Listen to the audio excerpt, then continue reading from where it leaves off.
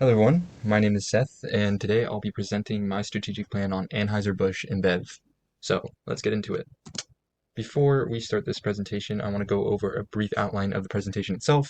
I'm going to go over a company intro, and then I'm going to go into integrating ethics, a stakeholder analysis, and then external analysis, and then an internal analysis, and I'm going to be evaluating alternative strategic pathways, and then my persuasive recommendations for this company, and then the effective implementation of those recommendations. On this slide, I'm going to go over a brief history of Anheuser-Busch. Anheuser-Busch, born from partnership of Alphys Busch and Eberhard Anheuser, sorry if I butchered that, began its legacy with the creation of a German lager beer, famously known as Budweiser.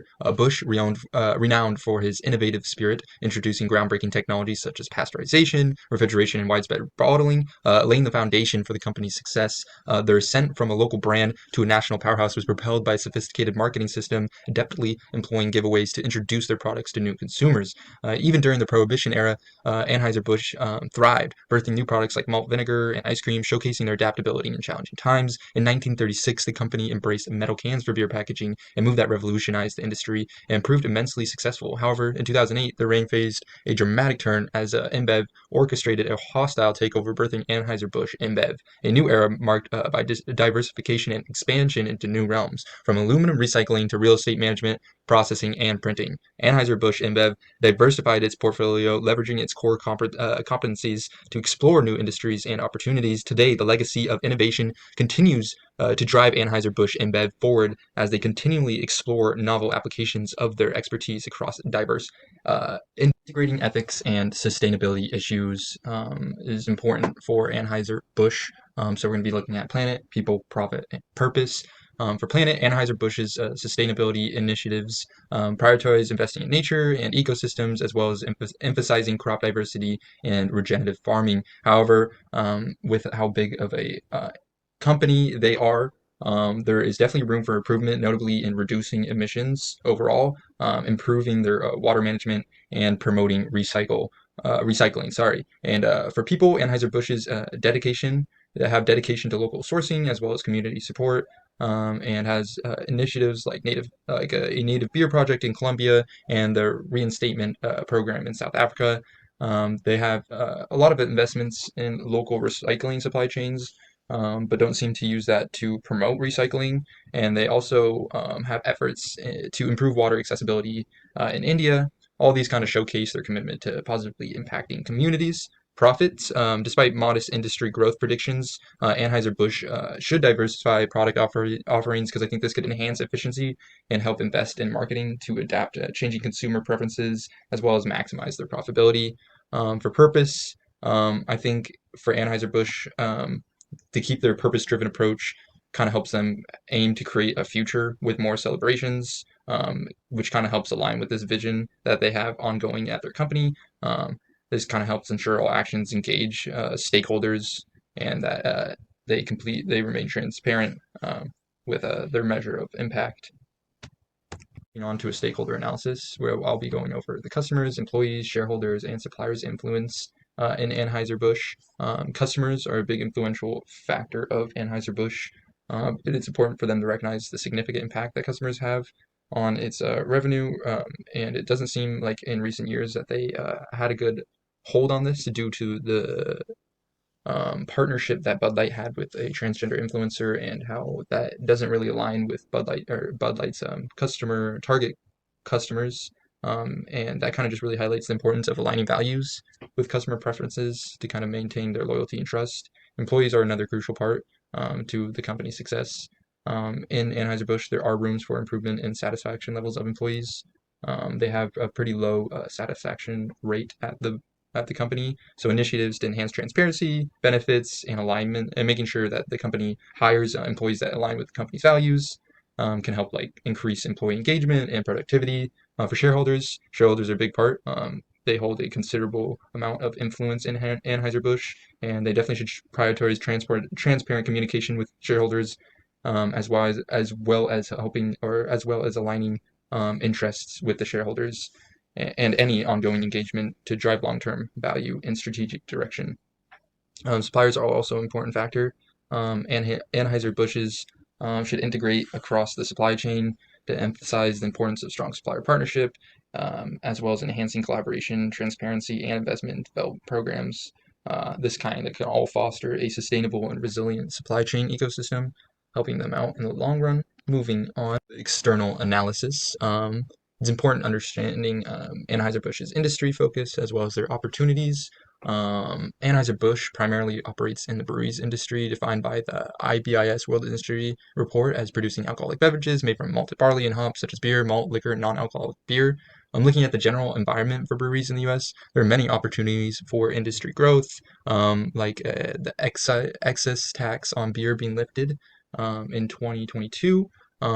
Meanwhile, the country is at a strong currency relative to others, which is another big opportunity, making U.S. exports more expensive for other countries, as well as consumers' trends to spend the same on beer, whether there is a economic downturn or not. And this leads us into a Pestel analysis. For the political side of this Pestel analysis, the excise tax on beer is expected to decline in 2025. This leaves Anheuser-Busch with an opportunity to potentially increase sales and market share as the cost to consumers will decrease. This can help stimulate demand and lead to higher profitability for the company. For the economic side, the increasing value of the US dollar relative to other currencies, this kind of poses as a threat for Anheuser-Busch because it potentially affects the international sales and revenue. Additionally, the 40-year high in the national inflation poses as a threat as it may increase operating costs for the company, impacting margins unless pricing strategies can offset these increases, which I doubt will happen. For the social side, the per capita income is increasing. With the per capita income on the rise, consumers may have more disposable income to spend on premium and craft beer offerings, which could benefit Anheuser-Busch higher end products and potentially drive revenue growth for them. Another technological side of the Pestel. So there is low technological change for brewery operations and also low demand for technology changes from consumers. Anheuser-Busch does benefit from the low technological change in brewery operations as well as that low demand from the consumers. This stability allows them for the company to focus on efficiency improvements and cost savings rather than costly technological investments, enhancing its bottom line. For environment, the food shortages and lack of access to clean water in other parts of the world, Anheuser-Busch can leverage its position in the food and beverage industry to address environmental concerns such as food shortages and lack of access to clean water.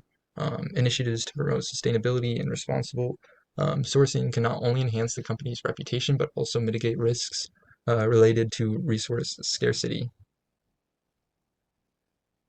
Moving on to my Porter's 5 forces. The buyer power is pretty moderate. There is a pretty large range of customers from liquor stores to supermarkets and restaurants. Centralized buyer power is minimal. However, U.S. consumers exhibit low switching costs between beer and other alcoholic beverages, posing a potential threat to the industry. Investing in brand loyalty and offering differentiated products can definitely help Anheuser-Busch mitigate this risk. Supplier power is pretty moderate as well. The production of beer and malts rely on commodities like corn, wheat, and soybeans, which are readily available and not controlled by any single supplier. However, manufacturers of cans or bottles hold some sway over firms unable to produce containers in-house. It's also important to bring up fluctuations in glass and aluminum prices that can have pretty significant impacts on Anheuser-Busch. To kind of help mitigate these risks, Anheuser-Busch could diversify suppliers or definitely consider vertical integration within their company. For threat of substitutes, that is pretty high. Consumer preferences are shifting away from beer and malted beverages towards ready-to-drink cocktails or seltzers or craft beer. And these substitutes, particularly popular among young consumers, represent a significant threat to the industry growth. For Anheuser-Busch, it's important to explore diversification into alternative beverage markets and maybe enhancing marketing efforts. So, threat of new entrants. This is pretty low. High setup costs are associated with brewing and packaging processes. This kind of acts as a substantial barrier to entry. Although small breweries are gaining traction with consumers, they often face acquisition, by industry leaders or struggle to compete with large-scale firms.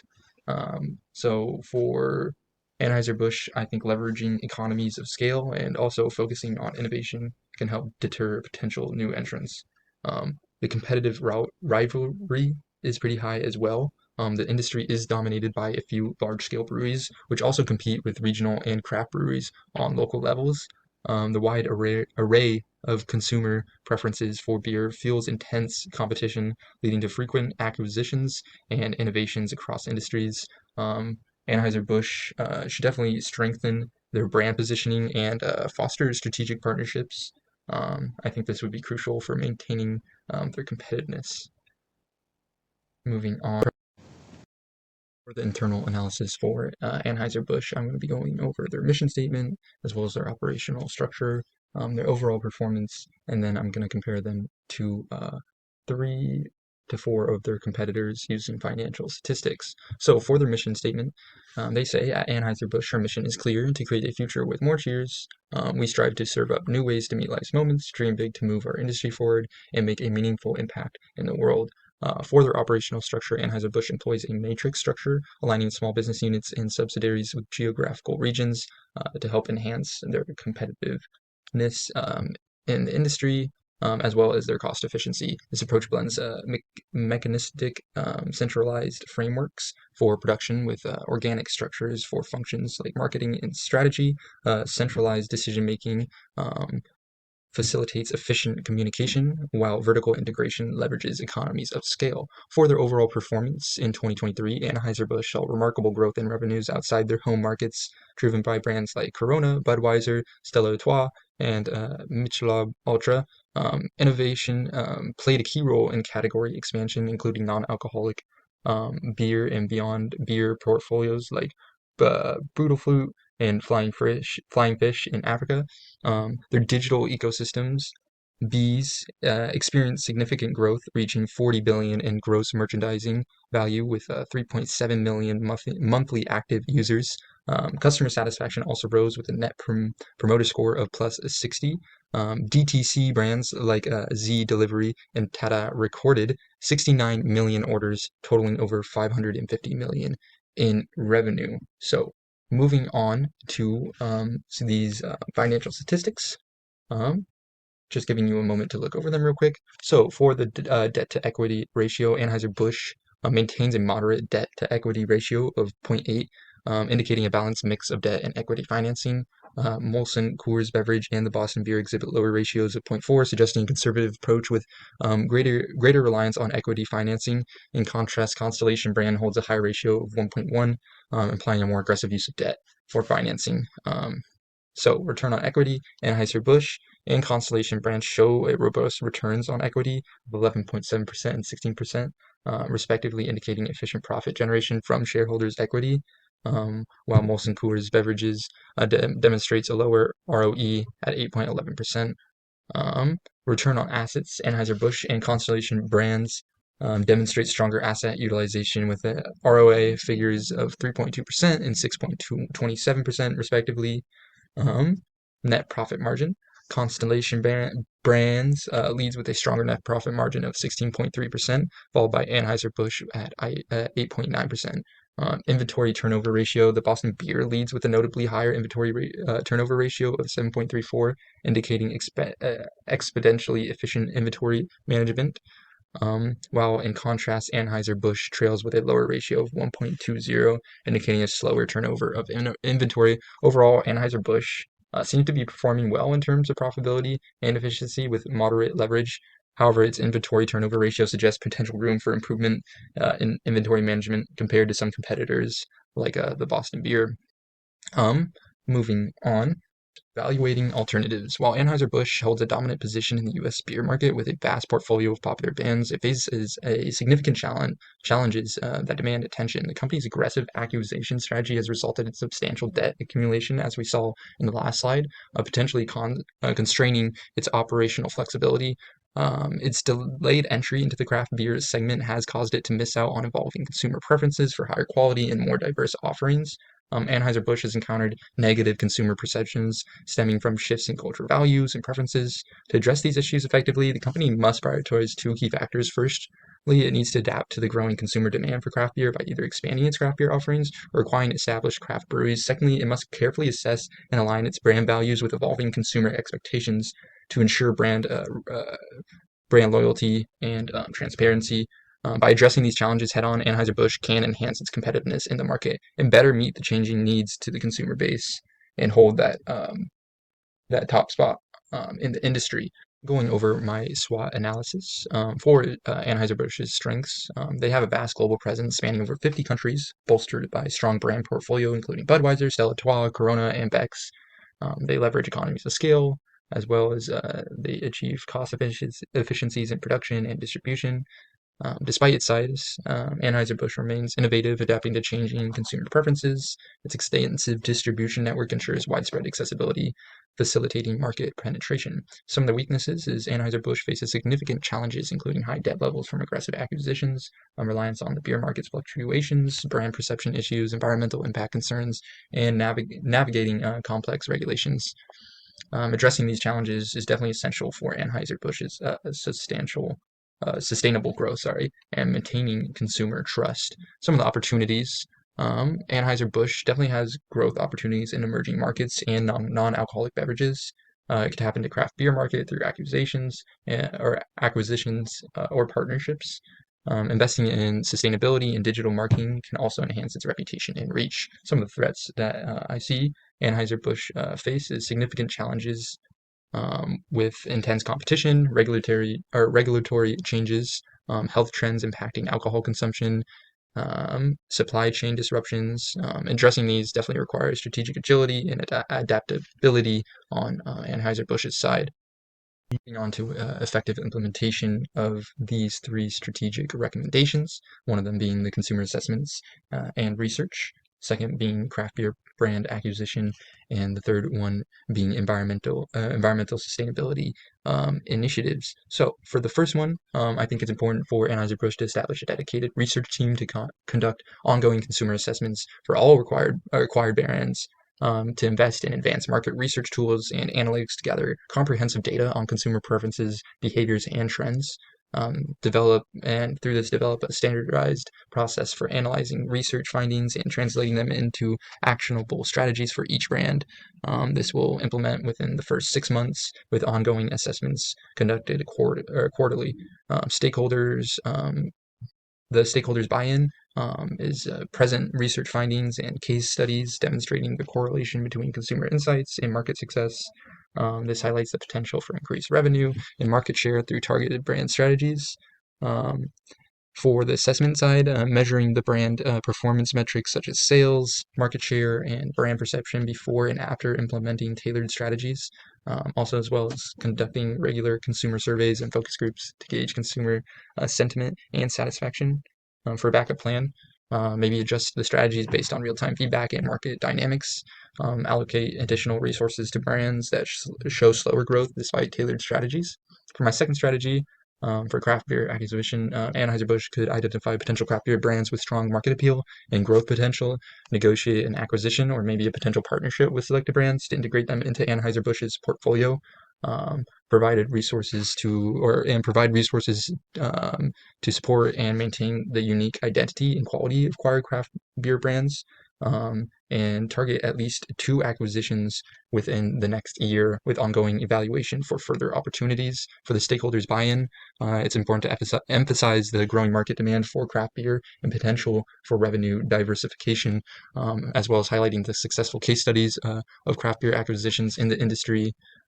For an assessment, track sales performance and market penetration of acquired craft beer brands, and monitor consumer feedback and reviews to ensure brand integrity and consumer satisfaction. Maybe a backup for this is maybe explore partnerships with local breweries or smaller craft brands if larger acquisitions face challenges, and continuously assess market trends to pivot acquisition strategies if necessary. For my third strategic recommendation, focusing on environmental sustainability initiatives, Anheuser-Busch could form a cross-functional sustainability task force to identify key areas of improvement, implement initiatives such as waste reduction, energy efficiency measures, and sustainable sourcing practices across production and distribution channels, invest in renewable energy sources and eco-friendly packaging solutions, and as well as beginning to implement sustainability initiatives immediately, with long-term goals set for gradual improvement over the next 5 years. For the stakeholder buy-in, present the business case for sustainability, including cost savings, brand reputation enhancement, and the risk mitigation along with that. Engage with the environmental organizations and stakeholders to demonstrate a commitment to responsible business practices. An assessment for this would be to track key performance indicators related to environmental impact reduction, such as carbon emissions, water usage, and waste generation, and as well as conducting regular audits and assessments to measure progress against sustainability goals. A backup for this would be to collaborate with suppliers and partners to ensure alignment with sustainability goals throughout the supply chain, and to adjust some strategies based on changing regulations and advancements in the sustainability technology. And for that, that is the end of my presentation. So thank you for listening.